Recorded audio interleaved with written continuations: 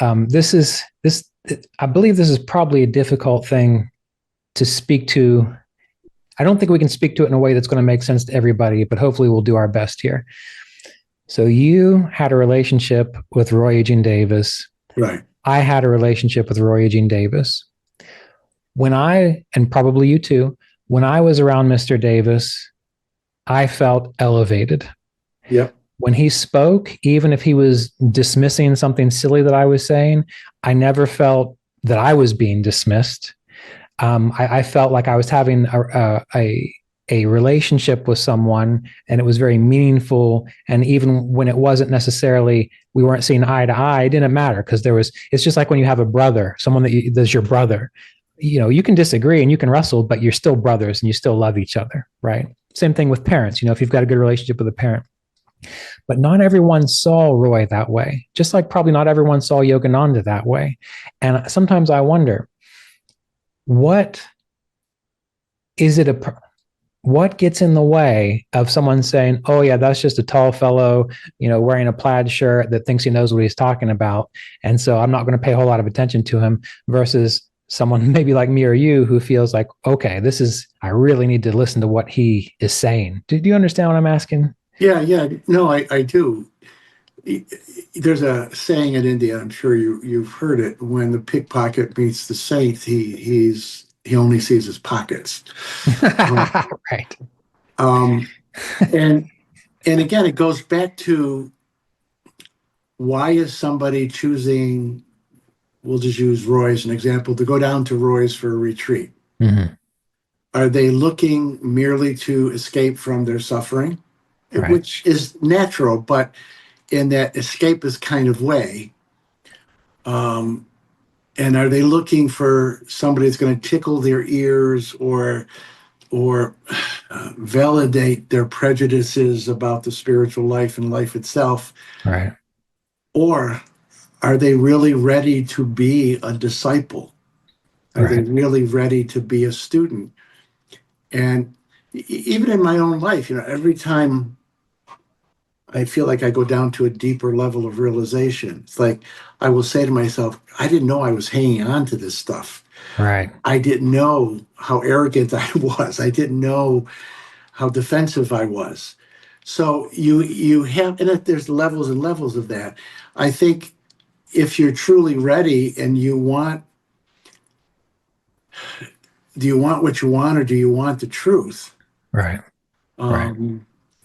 Then you will ride those waves. And maybe I'll give a little critique of sometimes how, not Kriya Yoga per se, but how spirituality is presented in the culture.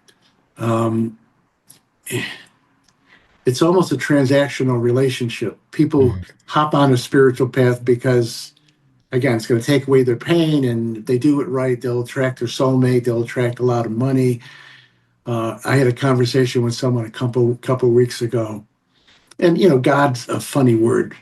So if people find a better word that fits them, higher power, or whatever, I'm fine with that. But this person kept on using the word source. And I get that. And at one level, that's true. It's accurate. It's describing. But I came back. I said, so what does source demand of you? Right. You know what I'm saying? Yeah. I know what you're demanding of source, which is okay, but what is source demanding of you? Right. And so I think it takes a real ripeness to approach Kriya Yoga, to approach a teacher, and to really be willing to be challenged and to be uncomfortable. Right. And that brings me back to the idea of the psychological well-being of, if a person has focused on their psychological well-being first, it's more likely that when they approach a saint, they're going to see a saint and not his pockets.